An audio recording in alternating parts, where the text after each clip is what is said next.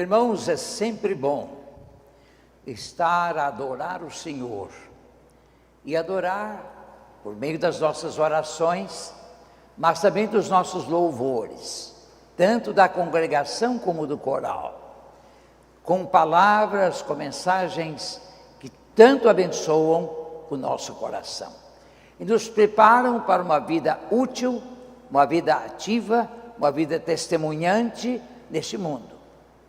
Aqui nós somos estrangeiros, realmente, mas somos cidadãos de Deus, cidadãos do céu, e estamos a representar como embaixadores de Deus, o Senhor e a mensagem de reconciliação. O que nós dizemos ao mundo, como igreja e como crentes individualmente, é: reconciliai-vos já com Deus. E essa reconciliação vai nos trazer, vai nos reunir como povo de Deus e como família de Deus.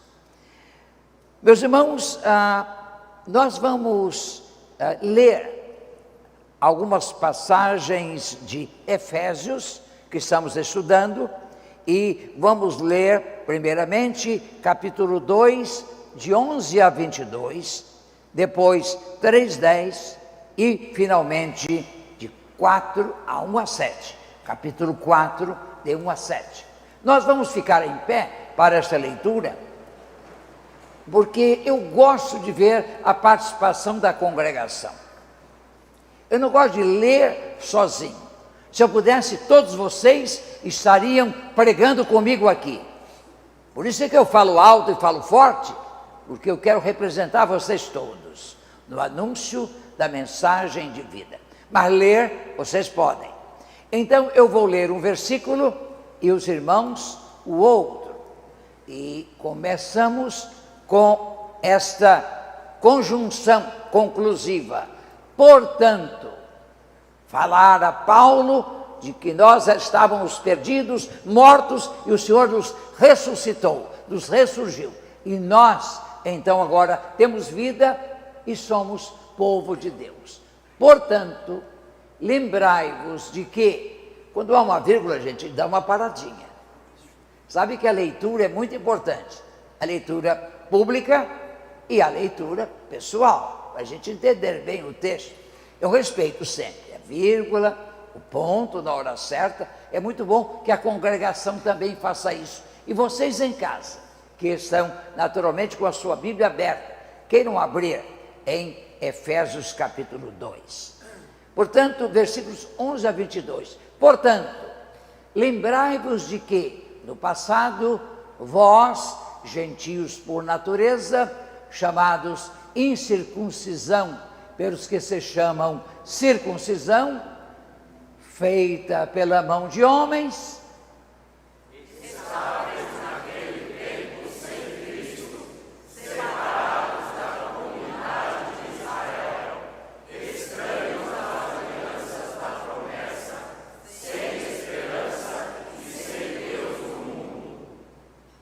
mas agora, em Cristo Jesus, vós, que antes estáveis longe, viestes para perto pelo sangue de Cristo. Pois Ele é a nossa paz, e de ambos os povos fez um só, e derrubando a parede de separação, em seu corpo desfez a inimizade.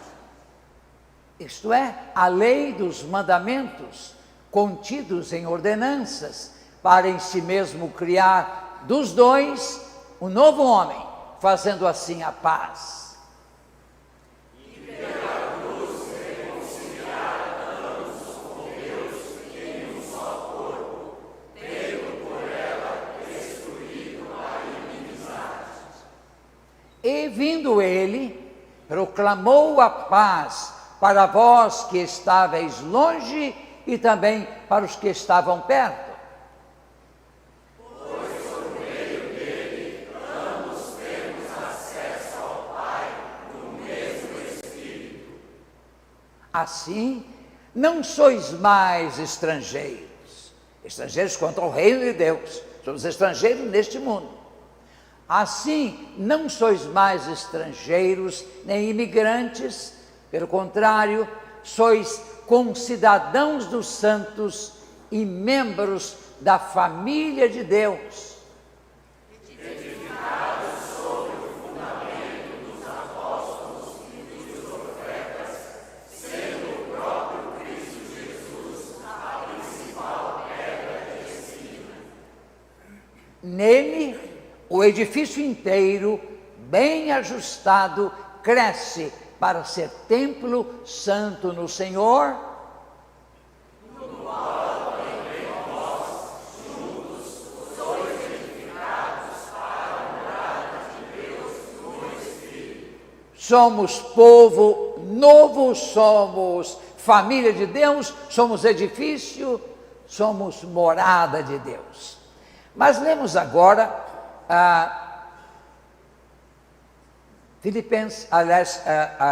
Efésios 3:10. Qual o propósito de Deus através da igreja?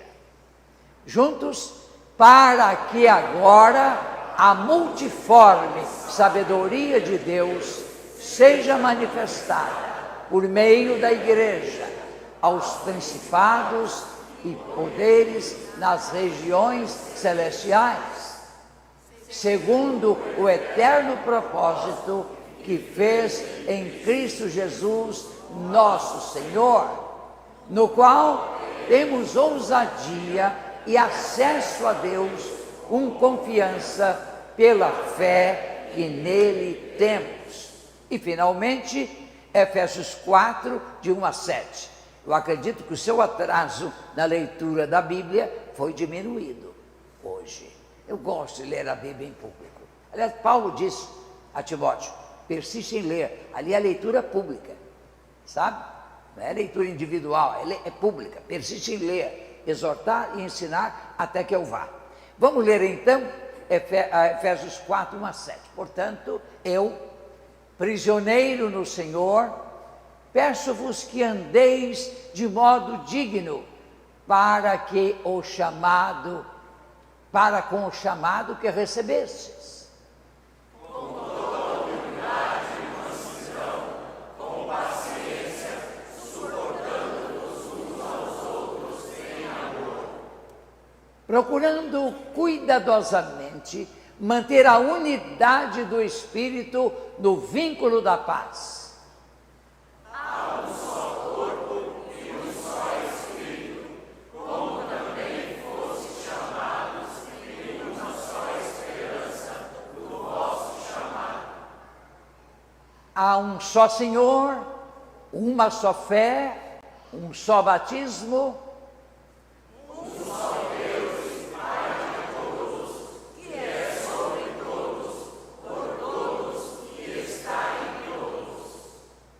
mas a graça foi concedida a cada um de nós, conforme a medida do dom de Cristo. Amém? Queiram sentar-se.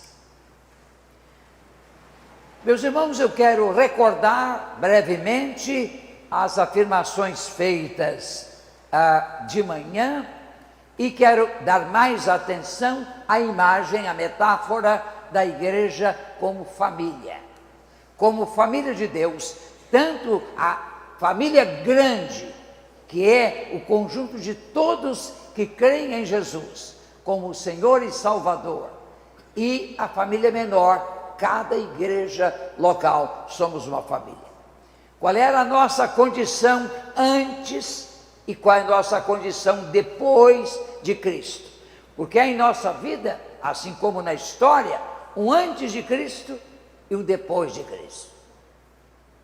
O que aconteceu antes?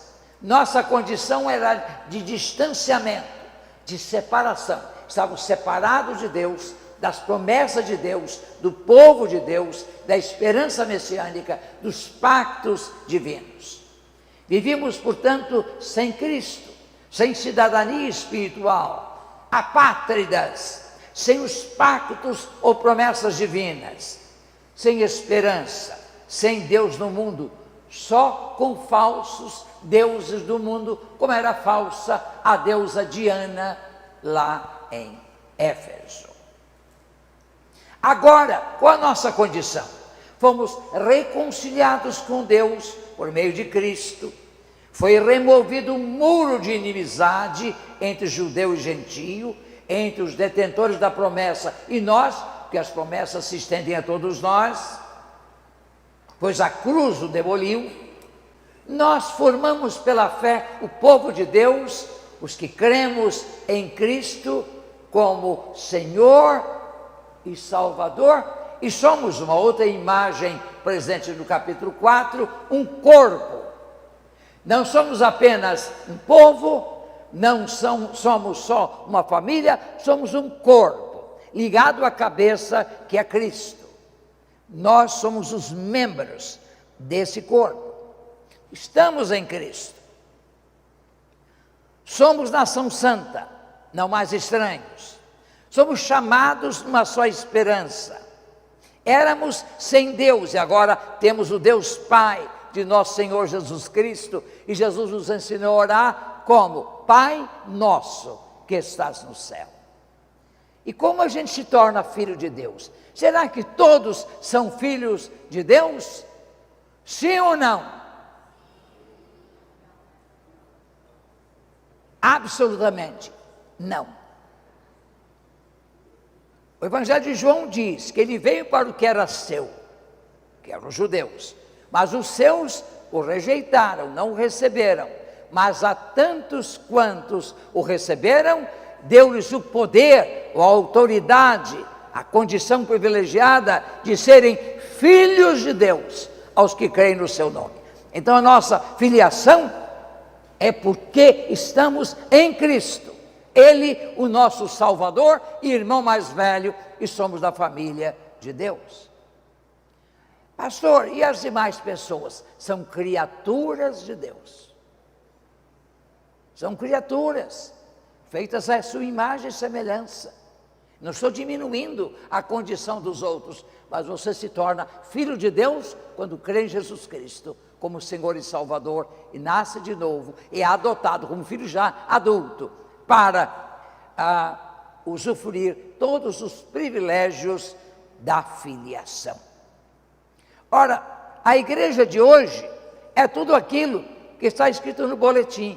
Eu escrevi propositadamente para que vocês leiam, vocês guardem dentro de sua Bíblia. Eu faço 7 afirmações importantes sobre a igreja no boletim. Às vezes eu sinto vontade de fazer um teste sobre o boletim, para ver quantos leem. E aquele que responder a todas as perguntas vai receber um prêmio. Acho que eu vou fazer isso, vou dar um livro. Vou fazer um exame da leitura do boletim em 1 mês. E aí dou um prêmio a quem lê o boletim tudo. Mas pastor, eu preciso de lente para ler. Arranja lente. E leia, porque a letra é pequena. O espaço é pequeno. Mas vamos ler, gente. Tudo ali é produto de meditação, é produto de estudo, é produto de devoção, é produto de trabalho. Agora, pensemos na igreja, nesta metáfora que Paulo emprega aí no versículo 19.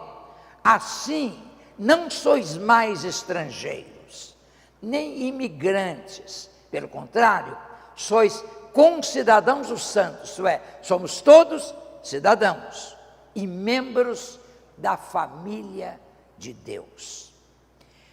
Meus irmãos, a igreja é família.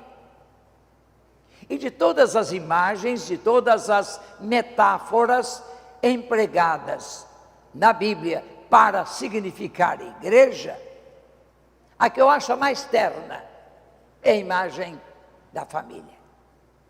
Nós somos família de Deus, naturalmente a mais bela é a imagem da noiva, a igreja como noiva de Cristo. Mas a igreja como família é algo maravilhoso.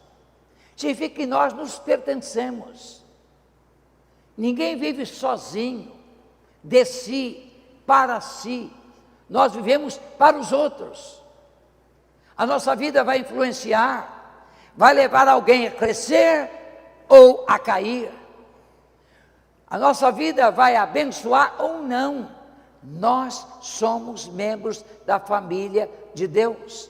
Eu sei que todas as outras metáforas são bonitas. A igreja é corpo de Cristo, é noiva de Cristo, é edifício de Deus, é lavoura de Deus, é coluna e esteio da verdade. Mas a igreja é família. Meus irmãos, a minha experiência com igreja, em termos de igreja, envolvendo todo o povo de Deus, é simplesmente emocionante. Eu conheço 42 países. Em igrejas onde estive, eu não fui recebido como estranho. Eu não conhecia ninguém. Mas quando cheguei, todos me receberam como irmão. Recebi privilégios de irmão. Em todos os países por onde andei, em todos os continentes. É maravilhoso isso. Eu me sentindo nas igrejas no exterior, na Sérvia, na Croácia, na Alemanha, na Inglaterra, nos Estados Unidos muitas vezes, na Grécia, em Israel. Eu me sentia parte, no Japão, fui tratado com carinho, só não sabia falar japonês. Preguei inglês e fui interpretado pelo pastor para o japonês, para que todos assistissem, todos ouvissem do culto. Depois transformaram os bancos da igreja numa grande mesa. E depois as mulheres começaram a trazer comida lá de dentro da cantina. E comemos juntos. Parecia a igreja primitiva, comendo juntos com alegria e singeleza de coração. Mesmo comida japonesa. Confesso que não gosto, mas daquela eu gostei. Eu acho que o pastor Aracaki também gostaria. Ele que é de ascendência japonesa. Meus irmãos, como família de Deus, nós somos unidade na diversidade. Vocês já viram que não há ninguém igual? As mães têm os seus filhos, eles são diferentes, se não tanto fisicamente, psicologicamente. Uns são mais apegados, outros são mais independentes, uns são mais chorões, outros menos. Na família há uma diversidade, os irmãos não são iguais, os irmãos brigam, mas vocês já viram que aqueles irmãos que mais brigaram são os mais amigos quando chegam a ser adultos? É uma coisa interessante. Sim, Jesus fez de nós família. A tantos quantos o receberam, deu-lhes o poder de serem feitos filhos de Deus. Jesus ensina-nos a orar como família. Ele não nos ensina a orar, Pai meu, que está nos céus. Nós, povo evangélico batista, não oramos meu Pai, oramos nosso Pai. Foi o que Jesus ensinou. Jesus não ensinou ninguém a orar meu Pai, mas nosso Pai. Porque pressupõe que somos uma família, e estamos orando entre irmãos e pelos irmãos. Eu tenho que olhar para trás, porque o coro está aqui. Se fosse feio o coro, eu não ia olhar, não. Mas é gente simpática, não é? Até os homens. Vejam, meus irmãos, nós somos família de Deus. Temos na igreja diversidade de temperamentos, de talentos, de dons, de níveis de maturidade. E maturidade não se alcança com idade, mas com busca de Deus, com estudo da palavra. Há crentes de 5 anos mais maduros do que alguns de 50, que não cresceram, sofrem de um nanismo espiritual, hipersensíveis, cheios de mimimi, como dizem hoje. Então, o crescimento espiritual varia, mas é meu irmão. E nós há diferentes tipos de experiência. Uns são mais, digamos, expansivos, mais emotivos, e às vezes dizem um aleluia em pleno culto, mesmo numa igreja batista, em que não é habitual. Outros ficam mais quietinhos. Uma vez eu fui pregar numa igreja em que havia muita gente dizendo amém, aleluia. Não me importei não, se é espontâneo, se é do coração deles. Podem dizer, só não insistam a falar alto porque prejudicam a comunicação. Mas, como aquele homem, eu já contei a experiência, que se converteu, era um pecador terrível, e tão alegre, ele não cessava de dar graças a Deus. No culto ele dizia, graças a Deus. Quando a gente dizia, Jesus transforma, graças a Deus transforma. Ele falava no culto. Aí o pastor chamou, irmão, isso antes do culto. O irmão vai ficar aqui, lá no gabinete, e depois do culto eu quero conversar com o irmão. Ok, pastor. O pastor foi na biblioteca, tirou um livro de geografia. Isso é livro para se dar num domingo? Livro de geografia. Deu ao homem, leia esse livro enquanto eu estou pregando. Depois eu venho conversar com o irmão. 10 minutos depois, veio o homem entrando pela porta dos fundos, gritando, graças a Deus, pastor, eu achou o quê, irmão? Eu achei neste livro que o mar tem profundidades de 10.000 metros de profundidade. Quando eu me lembrei que Jesus lançou os meus pecados no fundo do mar, pastor, eu não posso deixar de dar glória a Deus. É isso. Os irmãos são emotivos e agradecem. Agora você não tem pecados tão profundos, não tem lembranças tão gloriosas. Então deixe que onde abundou o pecado, superabunde a graça. Sim, meus irmãos, nós somos diferentes. Como família de Deus, nós temos a mesma herança histórica, temos o mesmo fundamento, temos os mesmos princípios, temos o mesmo Deus, o mesmo Jesus, o mesmo Espírito Santo, as mesmas promessas, temos os mesmos princípios e somos unidos pelo mesmo sangue, não o sangue de nossas veias, mas o sangue de Jesus.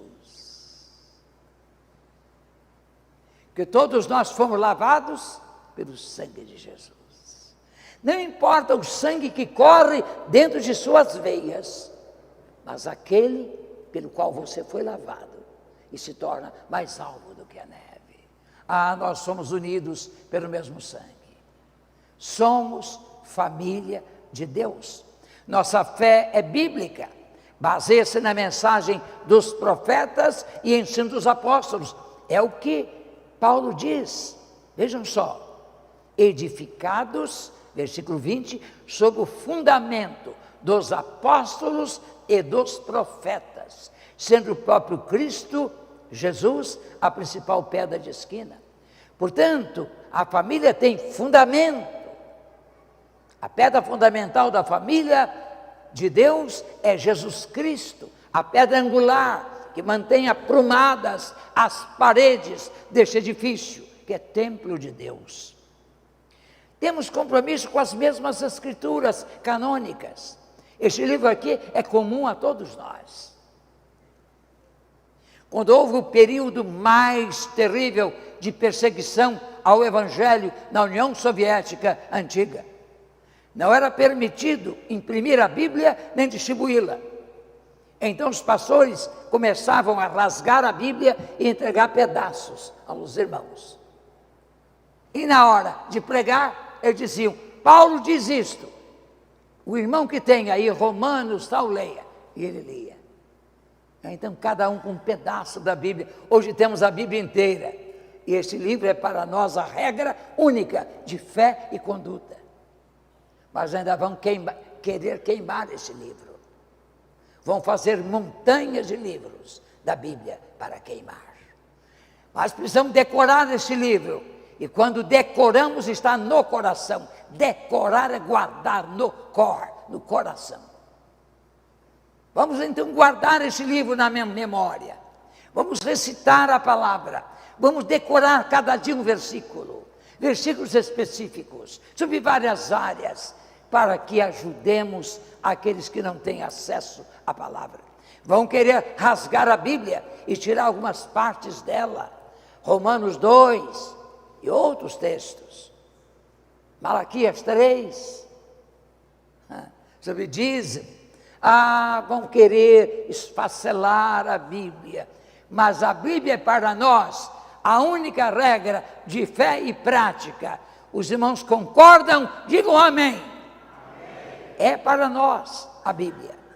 Eu ando com a Bíblia, eu ando com a espada, eu não ando com o canivete. Canivete é aquele negocinho desse tamanho, que os jovens abrem para ler a Bíblia. Já viram? Telefone celular. A Bíblia, mas se faltar energia do telefone, a Bíblia apaga. Aqui não. Então eu prefiro andar com esta aqui.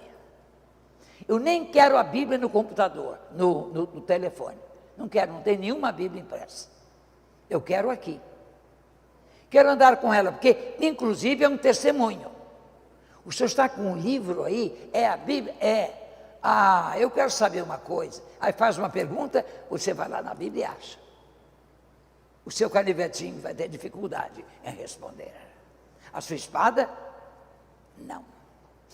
Meus irmãos, nós temos os mesmos compromissos com as escrituras canônicas, com 66 livros do cânon sagrado, 39 do Antigo, 27 do Novo. E se necessário, morremos por nossa fé. Gerhard Oncken foi o primeiro alemão convertido para uma igreja batista. Ele se converteu na Inglaterra. Gerhard Oncken. Ele era de Hamburgo, foi para Hamburgo, depois de Londres, onde se converteu. Começou a pregar nas esquinas das ruas, nas praças de Hamburgo. Ele foi proibido, foi preso diversas vezes. Houve um momento em que um delegado, já cansado de prendê-lo, disse: olha, enquanto eu tiver força neste braço e nestas mãos, o senhor não vai pregar.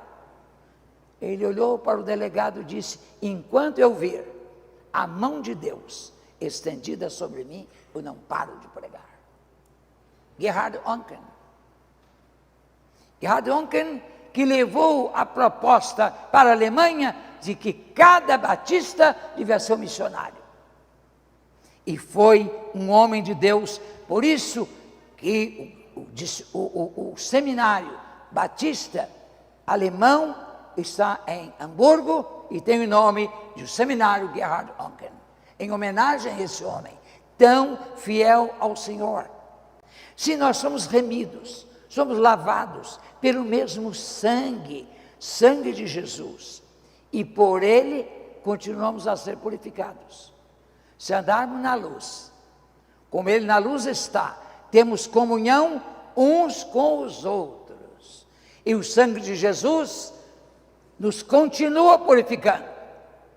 É assim a tradução correta do termo, do verbo grego. Continua purificando de todo o pecado. Sim, meus irmãos, foi pago um alto preço para a nossa salvação. Mas como família de Deus, nós vivemos a reciprocidade do amor cristão. Nós amamos uns aos outros. Encontramos no Novo Testamento os chamados mandamentos de reciprocidade ou mutualidade. Amai-vos uns aos outros, perdoai-vos uns aos outros, não faleis mal uns dos outros. Não é isso? Se alguém for encontrado caído, aquele que está em pé, estenda a mão e o levante. Então, os mandamentos de reciprocidade falam da igreja como família. Por exemplo, nós ajudamos uns aos outros. Vocês já repararam que ocorre numa família pequena? Digamos uma família que tenha marido, mulher e filho, um filho. A mãe faz tudo por esse filho. Aí vem um segundo. Já o primeiro fica um pouco de lado, por isso que ele tem ciúme do novo que chega. Vem o terceiro e vem o quarto, e se vierem gêmeos. Aí o que a mãe precisa? E que os filhos mais velhos ajudem a cuidar dos seus irmãos, enquanto ela cuida do pequenininho. Igreja é assim. Nós temos de cuidar uns dos outros, temos que ter solicitude uns dos outros. Quando falaram aqui de irmãs idosas, irmãs que precisaram, não é? E precisam da assistência da igreja, há mais de 50, eu soube, idosos que precisam da assistência da igreja.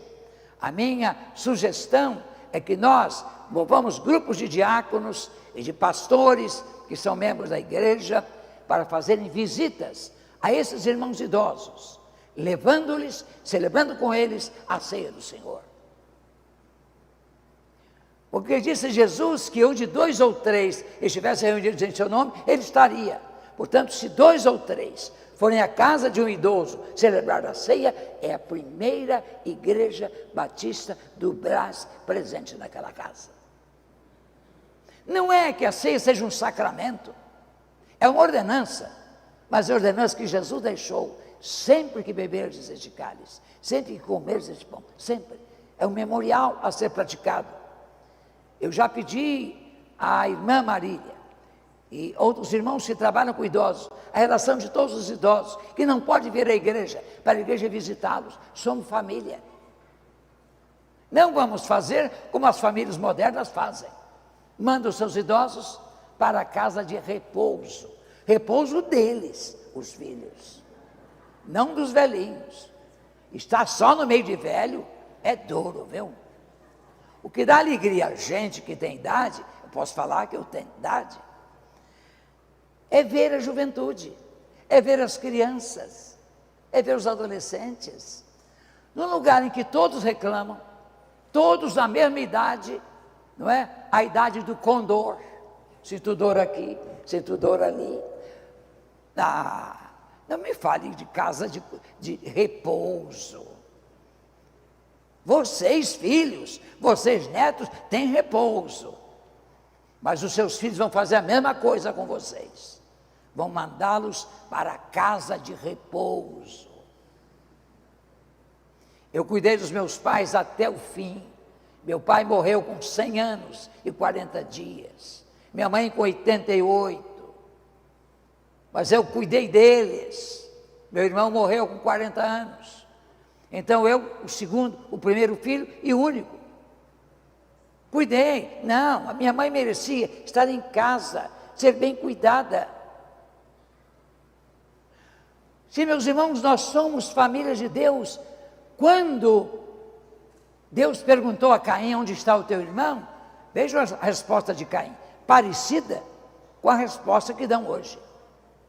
Porventura eu sou o guardador do meu irmão? Pois é, nós somos. Nós somos guardadores de nossos irmãos. Você tem o dever de saber onde eles estão. Alguns sentavam ali, à minha direita, ou aqui à frente, que não ouviam bem, faziam leitura labial. Então ficavam nos primeiros bancos, ou aqui. Vamos buscá-los. Nós temos que buscar os nossos irmãos. Não temos? Ah, temos. Sim, meus irmãos, nós somos família de Deus. Nós temos como família de viver a reciprocidade, cuidando uns dos outros. Mas também nós suportamos uns aos outros. Diz Paulo em Efésios 4:2, sejam sempre humildes, delicados e pacientes. Mostre seu amor suportando uns aos outros. Ora, gente, há irmãos na igreja que são pesados. Não estou falando fisicamente, não. Estou falando em outros aspectos. Paulo diz, suportem uns aos outros e também perdoem uns aos outros. Se algum de vocês tem alguma queixa contra alguém. Eu já contei essa experiência, irmãos já devem ter ouvido de outros pregadores. Na China, quando havia missionários americanos, uma vez uma missionária viu uma menina magrinha, menina chinesa, com um menino gordinho no colo, pesado. A missionária ficou preocupada e disse, minha filha, está pesado demais para você. Ela respondeu, não está pesado não, é meu irmão. Quando é irmão, não é pesado demais. Deus dá forças a gente para carregar o irmão. Há muita gente pesada aqui no Brás. Há muita gente pesada, vamos carregar essa gente.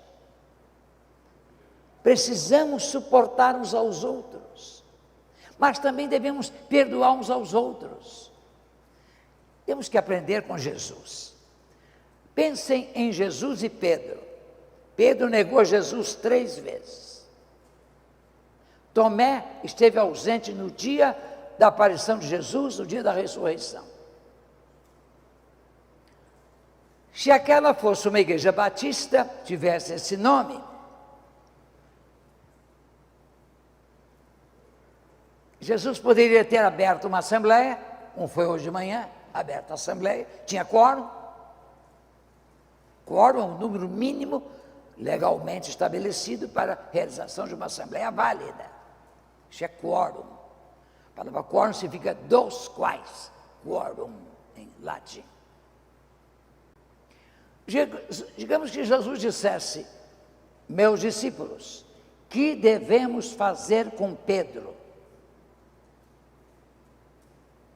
Talvez João se levantasse e dissesse, proponho que ele seja excluído, liminarmente. Sabe quem aprovaria? João.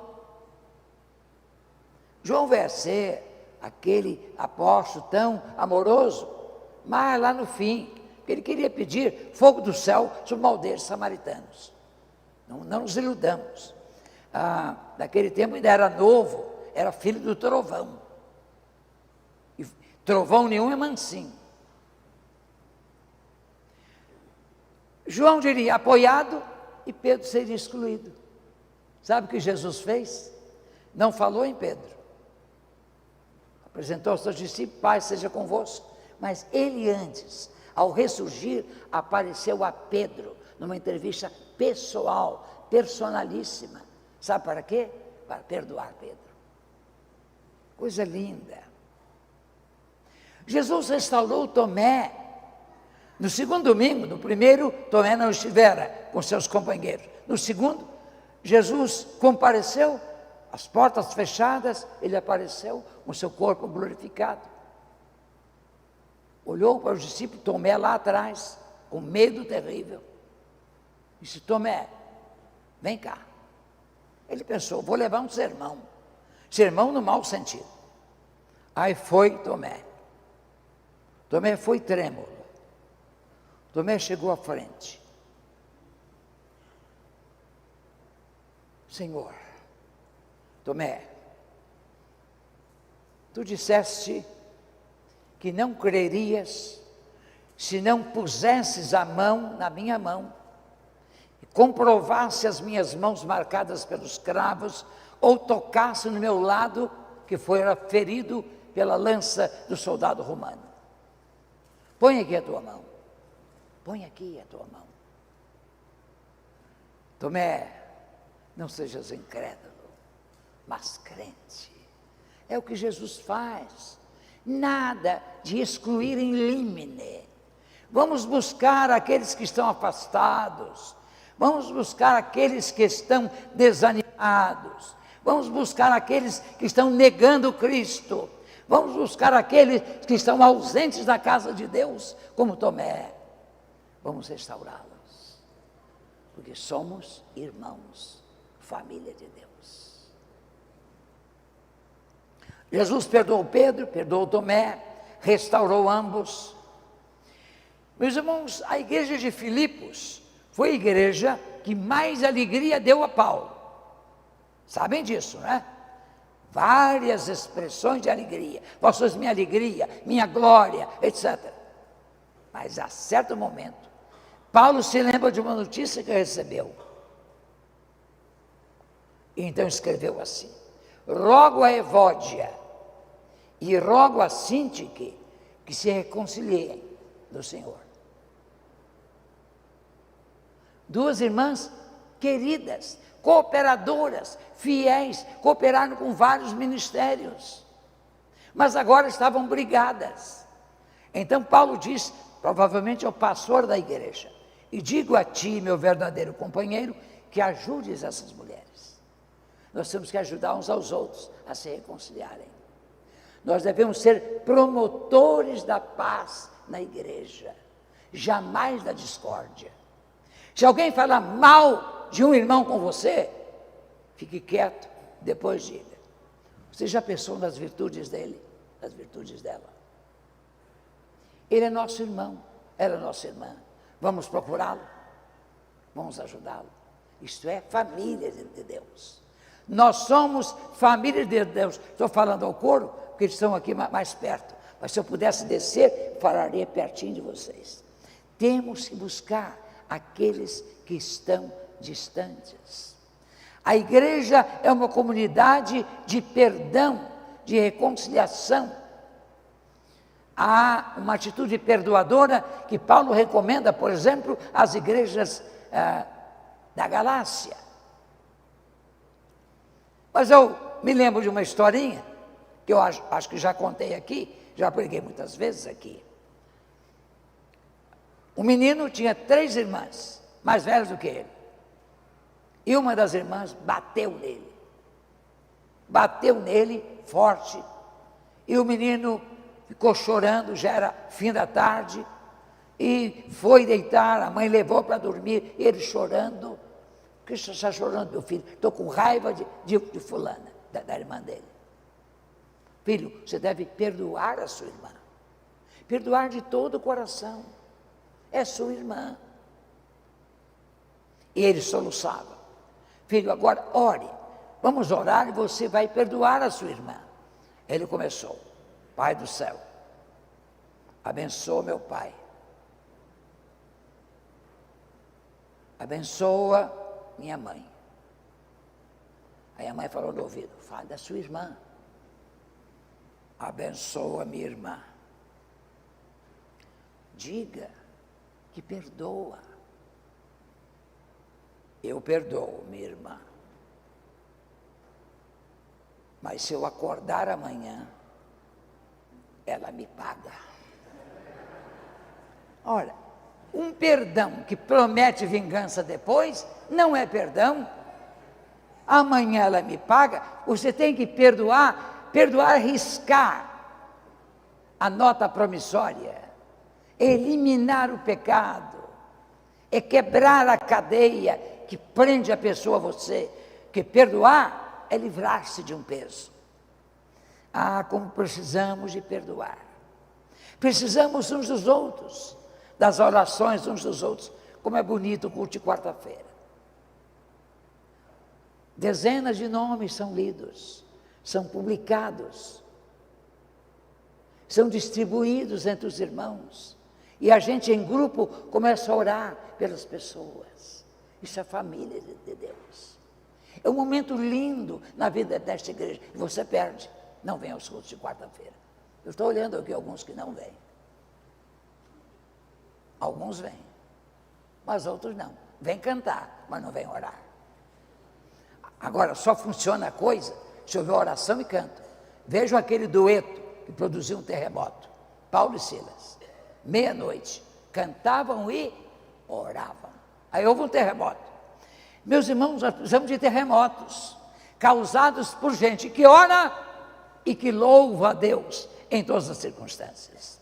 Como família de Deus, precisamos uns dos outros. E, finalmente, como família de Deus, conscientes dessa realidade, nós abençoamos as famílias da igreja. A igreja abençoa as famílias.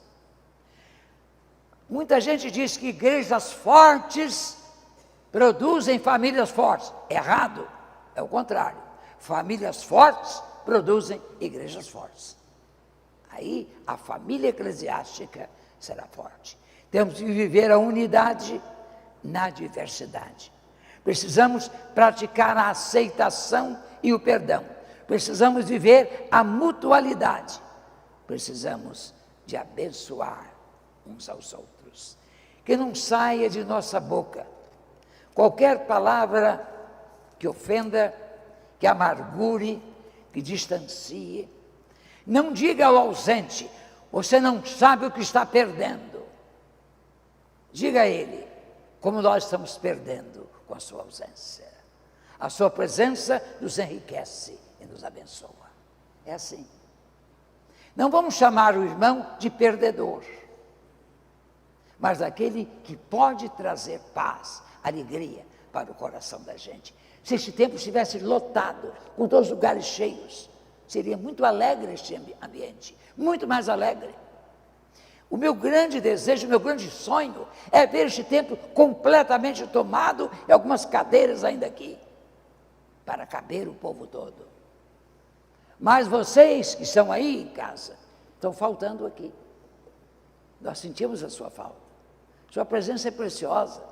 Seu sorriso, seu louvor, a maneira como você canta, você ora. Precisamos estar juntos. Que a família de Deus pode estar unida. Que a família de Deus possa cuidar, possa preocupar-se uns com os outros. Com as crianças, com os adolescentes, com os jovens, com os adultos, com os idosos. Todos precisam da família. E numa família, todas as idades são bem-vindas. E todos são abraçados com carinho. Amém? Deus abençoe a família PIB do Brás. E Deus abençoe a igreja. Seja uma família muito amada. Vocês tratam os irmãos como trataram hoje os que chegaram agora para a igreja. Todo mundo cumprimentando aqueles irmãos, com um sorriso. Sejam bem-vindos. É assim. Essa alegria, essa celebração deve continuar por toda a nossa vida. Inclusive vocês, menininhas, devem tratar bem as crianças que chegam para o Ministério Infantil. Suas vizinhas devem convidar. Vem à igreja, você vai ver como é bom estar lá. Façam isso, tá bem? São tão atentas essas menininhas aqui à frente que me emocionaram.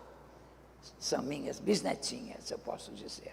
Tenho 15 bisnetos, então não é brincadeira. Que Deus nos abençoe, Deus abençoe essa família, e que essa família se reúna numa grande festa. E o meu grande desafio é vocês fazerem o que a primeira Igreja Batista de São Paulo fez por 28 anos. Uma alvorada da ressurreição. Às 6 da manhã, um coral e tudo, com instrumentistas. Todo mundo louvando a Deus pela ressurreição de Jesus, garantia de nossa ressurreição. Espero vocês dia 9, e espero vocês quarta-feira, hein, para estudar estilo de vida simples, uma das marcas do discípulo de Jesus. Descomplique a vida e tenha um estilo de vida simples, como discípulo do Senhor. Que a sua carga seja menor, ande com menos peso, tenha menos coisas em casa. Sua vida vai ficar mais leve, lépida. Venham aqui, hein, quarta-feira. Estou quase desafiando o coro para vir, pastor, irmão. Vocês venham quarta-feira? Olha, se vocês vierem, o coro canta. Quem vem quarta-feira, levante a mão. Um pinguinho, não sei, estão faltando baixos, entendeu? Então, eu acho, precisamos estar presentes, gente, na casa do Senhor. Podem trazer suas perguntas, estou respondendo as perguntas, você pergunta e a Bíblia responde. Nossos cultos de quarta-feira têm sido muito especiais. Venham para você ver. Você vai ver como são. Que Deus nos abençoe. Vamos ouvir o coral, depois oramos e encerramos. Levantemo-nos e oremos ao Senhor. Ó Deus, damos-te graças por tua palavra, que por si mesma fala e alcança os nossos corações. Damos-te graças pela afirmação bíblica que Paulo nos comunica, como comunicou aos Efésios, que somos família de Deus, que como tal vivamos, como tal convivamos e como tal promovamos a vida, a felicidade, a paz, a alegria uns dos outros. E que agora o amor de Deus nosso Pai, a graça de nosso Senhor Jesus Cristo e a comunhão e as alegrias do Espírito Santo sejam com o povo de Deus que aqui se reúne e com a Igreja de Cristo, que se espalha por toda a terra, desde agora e para sempre. Amém.